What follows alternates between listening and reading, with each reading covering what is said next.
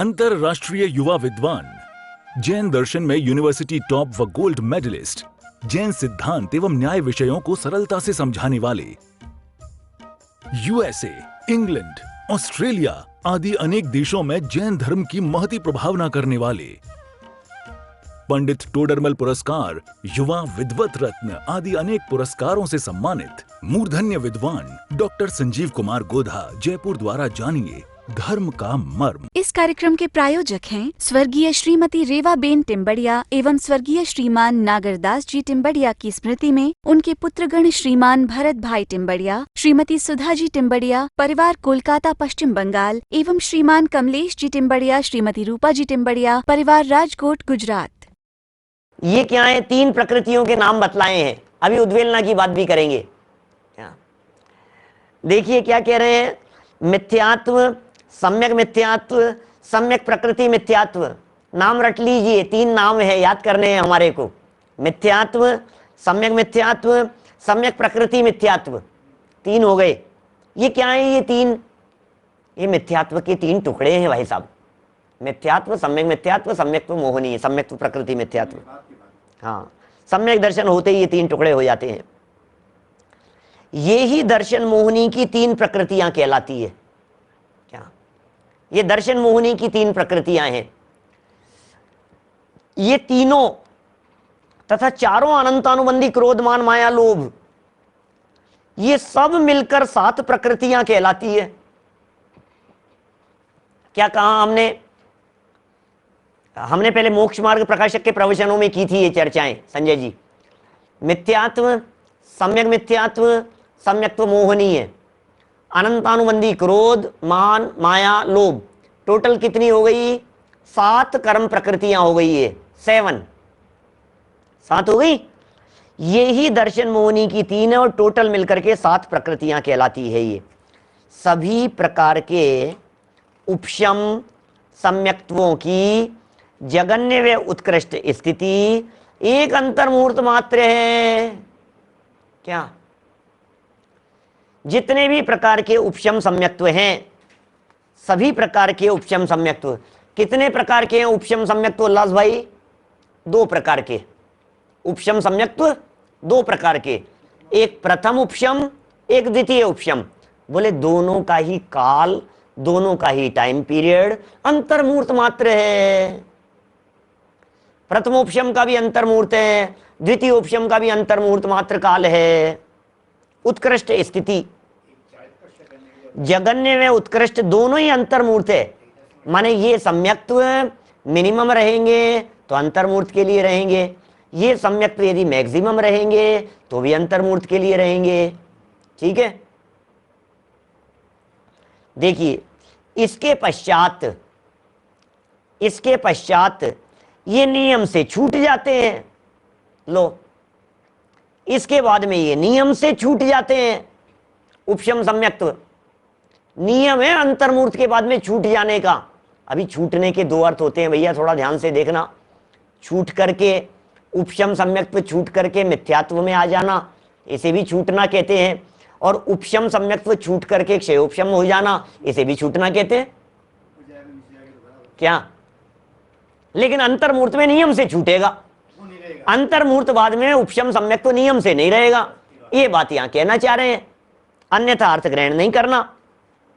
देखिए क्या कह रहे हैं, ये इसके पश्चात नियम से छूट जाते हैं, उपशम है ना। इसलिए जो सम्यक्त्वी इस सम्यक्त्व के काल में ही, सुनना, जो सम्यक्त्वी सम्यक्त्व के काल में ही उक्त तीनों प्रकृतियों की उद्वेलना से, अब उद्वेलना समझ में आ जाएगी, अपने आप ही आ जाएगी, थोड़ा उपयोग लगाना। 3 प्रकृतियों की उद्वेलना से तीनों को ही मिथ्यात्व रूप कर डालता है। माने जिसके 3 हो गई थी उसकी उद्वेलना होकर के, मतलब 3 टुकड़े हुए, ये उद्वेलना होकर के तीनों वापस जुड़ गए टुकड़े होकर के। समझ में आ रही है? मिथ्यात्व जो प्रकृति थी उसके हुए थे 3 टुकड़े, मिथ्यात्व, सम्यक मिथ्यात्व, सम्यक्त्व मोहनीय, सम्यक्त्व प्रकृति। सम्यक्त्व प्रकृति पहले जुड़ गई, फिर सम्यक मिथ्यात्व भी मिथ्यात्व में वापस कन्वर्ट हो गई। इसका नाम है उद्वेलना। उद्वेलना हो जाना, रिवर्स आ गया, वापस रिवर्स आ गया। उस उद्वेलना करने वाले जीव के तो 5 प्रकृतियां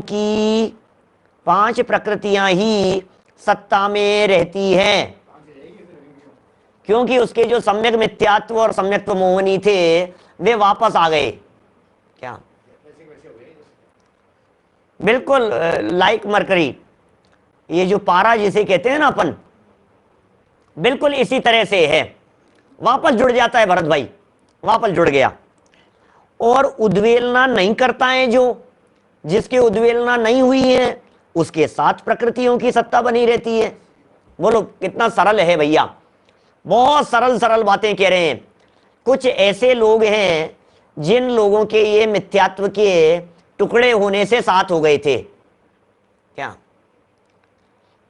भाई? मिथ्या दृष्टि था, अनादि मिथ्या दृष्टि जीव, जैसे ही सम्यक दर्शन हुआ, सम्यक दर्शन होते ही रिंकेश भाई, सम्यक दर्शन होते ही उसके मिथ्यात्व के 3 टुकड़े हो गए।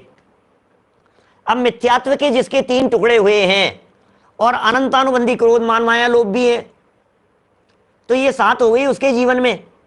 बोले इनमें से कुछ जीवों के तो 7 बनी रहेगी और कुछ जीवों के ये 3 वापस जुड़ जाएंगे, तो 1 + 4 5 ही हो जाएगी। तो कुछ जीवों के 5 कर्म प्रकृतियों की सत्ता होती है। सत्ता माने उनकी मौजूदगी, सत्ता माने पड़े रहना, सत्ता माने आत्मा के साथ में जुड़े हुए, टुकड़े टुकड़े होकर के जुड़े हुए कैसे पड़े हुए हैं, उसकी चर्चा चल रही है। तो 7 कर्म प्रकृतियां हैं किसी के और किसी के 5 कर्म प्रकृतियां हैं, ऐसा समझना।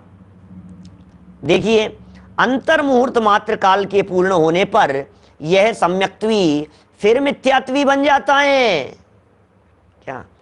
इसी भाव को आचार्य अमित गति ने इस प्रकार दर्शाया है। ये सम्यक्त्वी दोबारा भी मिथ्यात्वी बन सकता है भैया। उपशम सम्यक्त्व था, कमजोर था थोड़ा सा, दोबारा भी हो गया। जैसे वर्तमान में स्थितियां ऐसी नहीं हो रही हैं, जिन लोग, एक तो कोरोना वाले हैं, क्या, एक तो ऐसा समझ ली अनादि स्वस्थ हैं, मतलब, और एक कोरोना से निकल करके आकर के स्वस्थ हैं। दो स्वस्थ व्यक्ति हैं, एक सादी वाले हैं, एक अनादि वाले हैं। एक सादी स्वस्थ हैं, एक अनादि स्वस्थ हैं। स्वस्थ व्यक्तियों की दृष्टि से बात करें तो बोले हम तो शुरू से स्वस्थ ही हैं, कि नहीं हम भी स्वस्थ हैं। बोले तुम्हारे तो हो गया था, उसके बाद में आप स्वस्थ हो गए हो। तो बोले तू भी अब बराबर है ना, अब तो दोनों। अब सुनो, ये जो व्यक्ति के हो गया था उसके दोबारा भी तो हो रहा है। क्या दोबारा नहीं हो रहा है क्या? उसके छूट करके दोबारा भी हो गया। तो ये स्थिति यहां भी बन रही। अरे मेरे तो हो चुका सम्यक दर्शन एक बार। सुन, तेरे सम्यक दर्शन एक बार हो चुका है, दोबारा मिथ्यात्व में आ जाएगा, ज्यादा होशियारी मत कर। क्या? जो व्यक्ति संयम से नहीं रहेंगे, वर्तमान परिस्थितियों में उनकी स्थिति बिगड़ने की बहुत संभावनाएं हैं भाई साहब। उनका पानी हिल गया, ऐसा ही है। मलिनता नीचे बैठी थी, वो दोबारा आ जाएगी ऊपर।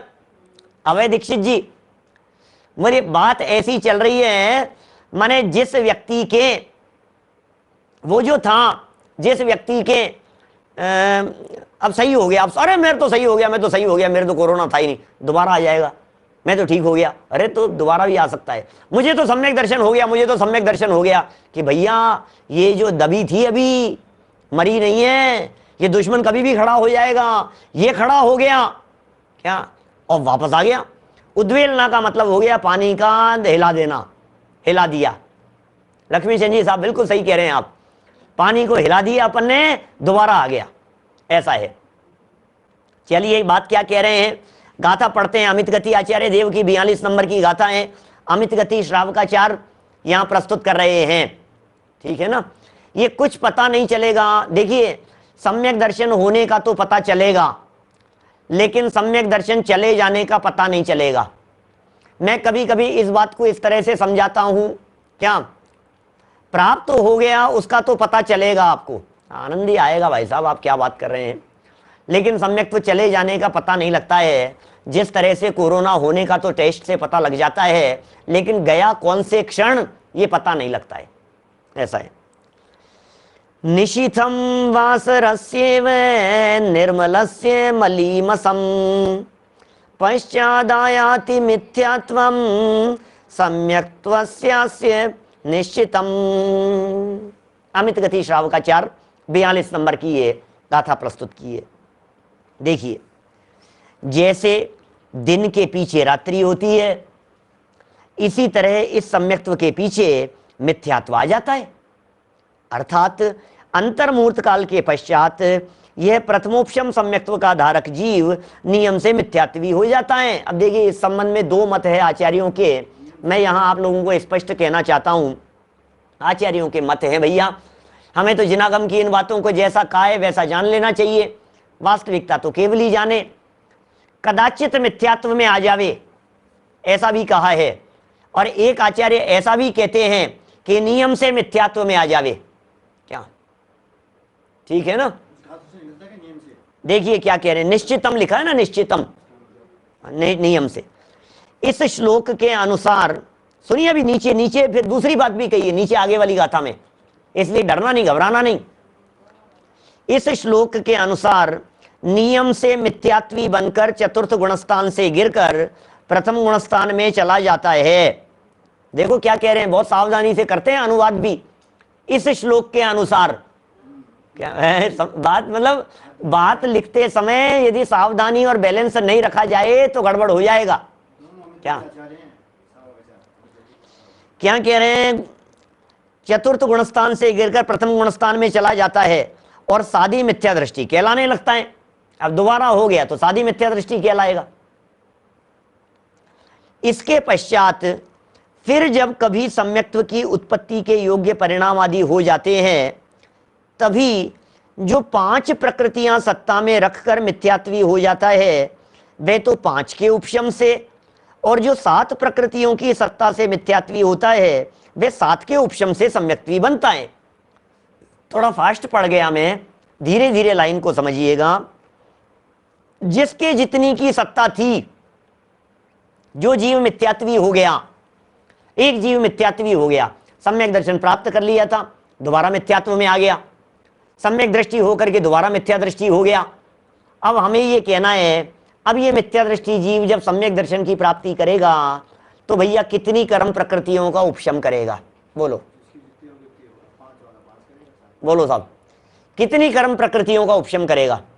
बोले कितनी थी ये तो बतलाओ उसके पास में, कि साहब इसके पास में तो 5 थी, तो बोले 5 की कर लेगा। कि नहीं इनके पास में 7 थी तो 7 की कर लेगा। क्या जिनके पास में सत्ता में 5 पड़ी है, वे 5 दबा करके उपशम सम्यक्त्वी होंगे। जिनके पास में सत्ता में 7 पड़ी हुई है, वे 7 को दबा करके उपशम सम्यक्त्वी होंगे। जिन्होंने उद्वेलना करके वापस 5 कर ली थी, क्या वे 5 से होंगे, और जिन्होंने 7 कर ली थी और उद्वेलना नहीं की थी, वे 7 से उपशम सम्यक्त्वी होंगे। ऐसा है, सरल सी बात है। यह क्रम जब तक यह जीव उपशम श्रेणी न मांडे तब तक चलता रहता है और प्रथमोपशम सम्यक्त्वी ही कहलाता है। इस एक जीव इस उपशम सम्यक्त्व को असंख्यात बार तक प्राप्त करके छोड़ता रहता है। देखिए भाई साहब, नियम नहीं है, थोड़ा सा घबराना नहीं, शास्त्र है, कर्णानुयोग की बातें हैं, भगवान केवली सर्वज्ञ भगवान महावीर भगवान के ज्ञान में झलक रही है।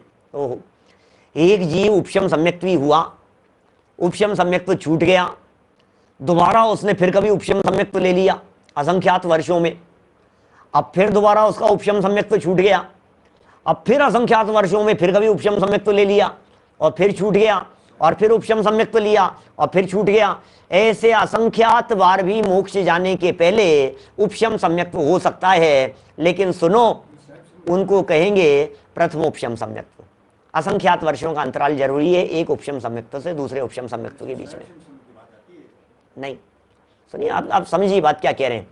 बात ये कह रहे हैं, क्षयोपशम सम्यक्त्व तो दिन में 10 बार हो सकता है, और उपशम सम्यक्त्व असंख्यात वर्ष के बाद में ही होगा दोबारा। असंख्यात वर्ष के बाद में दोबारा हुआ नहीं, असंख्यात बार भी असंख्यात वर्ष के अंतराल से हुआ, और फिर दोबारा छूटा और फिर असंख्यात वर्ष के अंतराल से हुआ, और फिर छूटा और फिर असंख्यात वर्ष के अंतराल से हुआ। ऐसे कितनी बार हो सकता है? बोले असंख्यात बार हो सकता है। लेकिन सुनिए सुनिए सुनिए, कहलाएगा प्रथमोपशमी, कहलाएगा वो प्रथमोपशमी। मिथ्यात्व के नाश करके जब जब सम्यक्त्वी हुआ तब तब वो नियम से कहलाएगा प्रथमोपशम वाला ही, उसका नाम प्रथमोपशम सम्यक्त्व वाला ही है ना। अर्धपुद्गल परावर्तन से ज्यादा समय नहीं लगेगा, क्योंकि मोक्ष जाने का काल तो उसका इतना ही बचा है, ऐसा है। चलिए देखिए क्या कह रहे हैं, थोड़ी बातें और आज उपशम की पूरी कर लेते हैं, हो जाएंगी अभी, है ना। तस्य प्रपद्यते पश्चान् महात्मा कोपि वेदकम तस्यापि क्षायिकं कश्चिदासन्नीभूत निर्वृतिः। अमित गति श्रावकाचार अध्याय दूसरे का यह प्रकरण है, 43 नंबर का यह श्लोक है। ऊपर वाला 42 नंबर था, नीचे वाला 43 नंबर है अमित गति श्रावकाचार में, ठीक है ना। देखिए इस प्रथमोपशम सम्यक्त्व के पश्चात, अब प्रथमोपशम सम्यक्त्व छूट जाने के बाद क्या क्षयोपशम भी हो सकता है? ये तो अभी प्रथमोपशम छूट के प्रथमोपशम की बात कर रहे थे। अब प्रथमोपशम छूटकर वो कदाचित वेदक सम्यक्त्व भी हो सकता है। वेदक माने क्षयोपशम समझिए, वेदक माने क्षयोपशम। इस प्रथमोपशम सम्यक्त्व के पश्चात किसी भव्य जीव को वेदक सम्यक्त्व हो जाता है, किसी को वेदक सम्यक्त्व हो जाता है। इस वेदक सम्यक्त्व का धारक कोई निकट भव्य हो तो वह वेदक से क्षायिक सम्यक्त्वी हो जाता है। लो, वेदक माने क्षयोपशम, क्रम समझ में आ गया। पहले प्रथमोपशम सम्यक्त्व था क्या, फिर दोबारा वेदक सम्यक्त्व हुआ, फिर वेदक सम्यक्त्व के बाद में क्षायिक सम्यक्त्व भी हो जाता है। हम लोगों में से भी बहुत लोग ऐसे हो सकते हैं क्या, जो लोग साधी मिथ्या दृष्टि हो, ऐसा संभव है। हमारे में भी बहुत सारे लोग ऐसे हो सकते हैं, सम्यक्त्व भी हो सकते हैं क्या, सम्यक्त्व भी हो सकते हैं और साधी मिथ्या दृष्टि भी हो सकते हैं। क्या फर्क पड़ गया है उसमें? तो औपशमिक सम्यक्त्व से वेदक सम्यक्त्व हुआ। वेदक माने क्षयोपशम कह रहे हैं यहां पर, वेदक माने क्षयोपशम, और फिर क्षयोपशम सम्यक्त्व से क्षायिक सम्यक दर्शन हो गया। वैसे वेदक शब्द का अर्थ होता है जो तीसरी कर्म प्रकृति थी उसका वेदन करने वाला, वेदक। सम्यक्त्व मोहिनी का, सम्यक्त्व प्रकृति का, ऐसा है। इसे क्षयोपशम सम्यक्त्व भी कहीं कहीं कह दिया जाता है।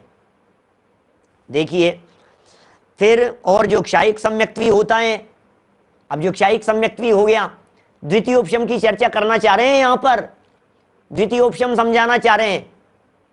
ध्यान दीजिएगा, जिन्हें थोड़ा नहीं समझ में आए वो प्रवचन खत्म हो जाने के बाद 15 मिनट पीछे जाकर के फिर दोबारा सुनना 15-20 मिनट का, तो पूरा प्रकरण समझ में आएगा। सुनो, वापस सुनिए। क्या वह अनंतानुबंधी का विसंयोजन कर, क्षायिक सम्यक्त्वी की बात कर रहे हैं। फिर नया शब्द आ गया क्या, सजल भाई, ये जो जैसे काहू पंडित क्षयोपशमी उपशमी जो लिखा है ना, वहाँ कहीं ना कहीं थोड़ा सा कर्णानुयोग की दृष्टि से फर्क है। क्षयोपशमी सम्यक दृष्टि जीव की स्थिति ही लोहार की संडासी के समान समझना, उपशमी सम्यक दृष्टि जीव की स्थिति लोहार की संडासी के समान नहीं है। इतना सा विशेष ध्यान रखना है। आप तो विद्वान हैं, लेकिन फिर भी ये बात मैंने कही है ध्यान रखने की दृष्टि से। देखो क्या कह रहे हैं यहाँ, क्षायिक सम्यक दृष्टि होता है जो क्षायिक सम्यक्त्वी होता है वह अनंतानुबंधी का विसंयोजन कर चुका है। क्षायिक सम्यक दृष्टि जीव, ये विसंयोजन क्या होता है सुनिए। विसंयोजन का अर्थ समझा रहा हूं, 2 मिनट धैर्य रखिएगा, विसंयोजन समझ में आएगा, आपके मजा भी आएगा। विसंयोजन क्या होता है उदाहरण से समझिए। आयुर्वेदिक दवाइयां लेते हैं कभी, आयुर्वेदिक वैद्य जी के यहाँ जाते हैं कभी, जाते होंगे बहुत सारे लोग कभी कभी। वैद्य जी कभी कभी तो क्या करते हैं, जैसे दवाइयाँ वहीं से देते हैं, तो बहुत सारी उन्होंने दवाई दे दी, जैसे 3 दिन की दवाई दी, दिन में 4-4 टाइम लेनी है, तो वो क्या करते हैं, उसमें पुड़िया बना करके देते हैं। भाई दिन में 4 समय लेनी है आपको, तो ये 4 पुड़िया बना करके दे दी। फिर दूसरे दिन में 12 पुड़िया बना करके दे दी 3 दिन के लिए आपको। अच्छा, कभी ऐसा करते हैं कि पूरी बड़ी दे देते हैं और कहते हैं तुम इसकी 4 बना लेना। ऐसा भी होता है कभी। पूरी दे दी उन्होंने, बोले इसकी ये जो पुड़िया दे रहा हूं इसकी तुम 4 कर लेना, और 4 बना करके ये 1 पुड़िया है, इसकी 4 बना करके आज ले लेना, फिर ये 1 है इसकी कल 4 बना करके ले लेना, और ये 1 है इसकी परसों 4 बना करके ले लेना। बराबर। ये घर गया और इसने घर जाकर के क्या किया, 4 4 4 12 पुड़िया बना ली फटाफट। तो अब वैद्य जी ने एक दिन ले ली इसने दवाई, दूसरे दिन भी ले ली, तबीयत ठीक नहीं हुई, वैद्य जी को फोन किया, तो वैद्य जी ने कहा एक काम करना, वो जो 4 टाइम जो की थी ना तुमने, वो 4 टाइम की जगह उसको 3 टाइम कर लेना। मतलब जो पुड़िया थी ना, उस 4 खुराक को 3 खुराक के अंदर कर लेना। तो आप क्या करेंगे, बोले वो जो एक पुड़िया, दूसरी पुड़िया, तीसरी पुड़िया, चौथी पुड़िया, ध्यान से समझना, 1 पुड़िया, दूसरी पुड़िया, तीसरी पुड़िया, चौथी पुड़िया, 4 हैं और चारों में बटी हुई है। तो ये वाली जो पुड़िया थी इसको हमने चारों को खोला, और ये जो पुड़िया थी, इस पुड़िया की जितनी भी दवाई थी उसको कुछ इसमें डाल दिया, कुछ इसमें डाल दिया और कुछ इसमें डाल दिया, और ये पुड़िया खाली कर दी अपन ने। समझ में आ रही है कुछ बात? क्या ये जो पुड़िया थी, इस पुड़िया की ये अनंतानुबंधी वाली पुड़िया है, ये अप्रत्याख्यान वाली पुड़िया है, ये प्रत्याख्यान वाली है, ये संज्वलन वाली है। क्या सलील जी, ये 4 पुड़ियाएं हैं। अब इन 4 पुड़ियाओं में से एक पुड़िया जो थी, इसे चारों को खोलकर इसकी जो दवाई थी, इस दवाई को अपन ने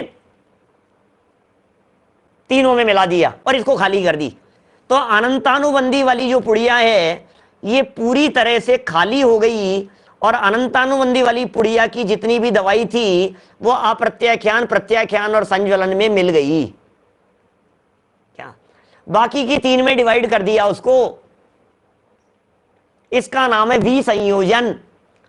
जब अनंतानुबंधी का विसंयोजन होता है तो अनंतानुबंधी के जो परमाणु थे वे परमाणु आगे वाली अप्रत्याख्यान, प्रत्याख्यान और संज्वलन में कन्वर्ट हो जाते हैं। इसका नाम है विसंयोजन।